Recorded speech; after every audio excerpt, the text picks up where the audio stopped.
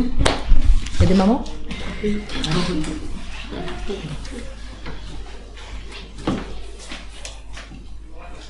Comment on fait pour se libérer de ce qui nous suit? Comment on fait pour se libérer de ce qui nous suit? Déjà identifier ce qui nous suit. C'est pas évident de savoir ce qui nous suit parce qu'il y a aussi des choses qui nous suivent depuis des générations. Et c'est marrant que tu me poses cette question parce que je suis en plein dedans en ce moment. Je me forme à la biologie des émotions et aux mémoires familiales. Et donc tout ce côté transgénérationnel qui nous suit et qui va reproduire des schémas de vie dans lesquels on peut se détruire si on n'identifie pas ce qui nous suit et nous poursuit. Et à force de fuir ce qui nous poursuit, on l'attire. Alors si ça nous suit, Ouais. tu as parlé de se détruire. Bien C'est nous qui nous détruisons ou c'est ces choses-là qui nous poursuivent? Si on n'identifie pas ces choses-là, de manière inconsciente, on devient esclave de ces choses qui nous suivent, telles des boulets. Vous savez, des boulets que l'on traîne sans savoir pourquoi. Et dans le cadre de mon travail, je vois ce schéma se répéter. Et donc, il est plus que nécessaire de comprendre et d'aller chercher en nous, mais aussi au-dessus, ce que l'on traîne comme mémoire, ce que l'on traîne comme boulet, ce que l'on traîne comme blessure, pour éviter à nos enfants, justement, de traîner ces mêmes souffrances qui ont fait du mal à nos générations passées.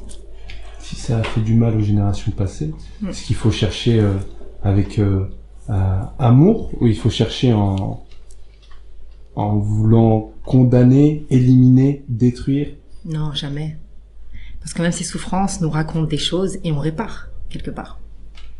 On répare. Et quand il est question de réparer, il est question de rahma, d'amour inconditionnel. Donc on accepte. Je pense qu'il faut déjà accepter ce qui nous revient de droit, quelque part. Comprendre le message de sagesse derrière et le décortiquer. C'est pas un travail facile.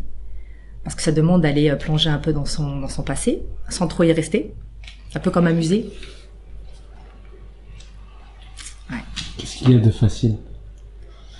Ce qui est facile, c'est la confiance en Dieu, pour moi.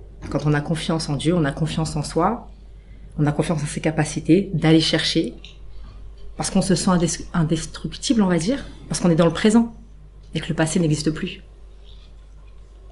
Le futur? Le futur, il existe ou pas. Donc on reste dans le présent. Donc on vit, on le prépare un minimum, d'accord? Mais on s'angoisse pas non plus. On peut pas non plus se dire qu'il va bien ou mal se passer. On fait en sorte qu'il se passe bien. Ce qui est important, c'est le chemin. Tu vois, c'est pas l'objectif. On va pas courir après des rêves. Le but, c'est de savoir comment les vivre. C'est pas de les atteindre. Je sais pas si je suis claire. C'est le chemin qui est le plus important. C'est pas l'objectif en lui-même. Comment rester dans le présent, sachant qu'il n'est déjà plus? En se le réappropriant, en l'actualisant. Tu actualises ton présent. C'est-à-dire que là, on est ensemble. Il y a une trentaine de personnes ici. On vient tous pour la même chose. Et c'est juste être là, observer, sans trop se poser de questions. Et avoir une pensée neutre envers toutes les personnes qui sont là, sans se raconter des histoires. Juste être là. Et ça, c'est très agréable. Est-ce qu'on vient tous pour la même chose? Je pense, ouais. On vient tous pour un état de paix intérieure. On vient tous chercher des réponses. Après, les réponses et les questionnements sont différents. Mais on vient tous chercher quelque chose qui nous raconte quelque part à travers l'autre notre propre histoire. Pourquoi on laisse de côté la paix? Ma croyance personnelle, c'est qu'on délaisse la paix quand on délaisse Dieu. Ça, c'est ma croyance personnelle. Quand on délaisse celui qui nous a créés, on délaisse ce qui nous a laissés. Qu'est-ce qui nous a laissé? La paix. La paix de l'âme. Et plus on va le chercher, plus on la retrouve chez nous. Encore faut-il reconstruire un lien avec lui. Tout vient de lui. Encore une fois, c'est ma croyance personnelle. Alors, s'il nous a laissé cette paix de l'âme, comment ça se fait qu'on peut être autant agité? Bienvenue dans le monde ici-bas, dans ce monde où la distraction a beaucoup plus de succès que le calme. La distraction nous pousse à la dispersion. Et le silence nous pousse justement à l'instant présent. Et on n'est pas dans une société qui nous pousse à se poser, à faire silence, à observer, à contempler. Et ça, quand on décide de parler à Dieu, c'est des instants précieux. Et ça va à l'encontre de la distraction et de la dispersion. Et du coup, on reste enraciné dans l'instant présent. Qu'est-ce que le silence peut dire que les mots ne peuvent pas? Le silence, il est plus éloquent que les mots parce qu'il nous permet d'écouter le bruit intérieur, Najib. Le bruit intérieur qui est souvent masqué par le bruit extérieur. Donc le silence nous raconte beaucoup de choses sur nous-mêmes et ça nous permet d'éviter d'aller chercher les réponses à l'extérieur. Et ça nous ramène à parler à celui qui nous entend, même quand on ne parle pas, dans le silence. Celui qui nous entend, en tout temps et en tout lieu. Le bruit extérieur, il raconte quoi? Il raconte des choses désagréables, mais aussi des choses très agréables. Donc à nous de filtrer aussi. Et je pense que faire silence est un outil pour filtrer le bon et le mauvais.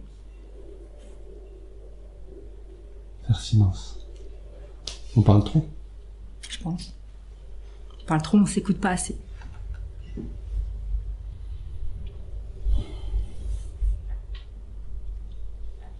Pourquoi est-ce qu'on parle trop? Parce qu'on ne s'écoute pas. On ne laisse pas notre intériorité nous parler quelque part. Alors on parle à sa place. C'est ma croyance. On ne s'écoute pas ou on s'entend pas? Les deux. Si tu devais en choisir. On ne s'entend pas. On ne s'entend pas. Pourquoi? Parce que ça demande de faire silence. Pourquoi? Parce qu'on connaît pas la langue? Ou pourquoi? Parce que il y a un autre langage qui nous fait plus vibrer?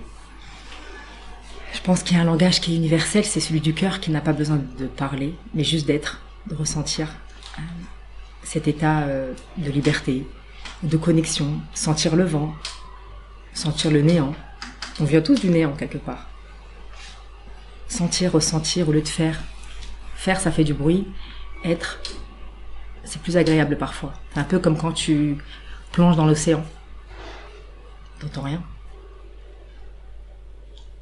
Il raconte quoi, le vent? Du bruit. Mais un bruit doux, très très très doux. Et un bruit intérieur, je pense. Un bruit intérieur. C'est subjectif. Et l'océan, pour toi, qu'est-ce qu'il raconte?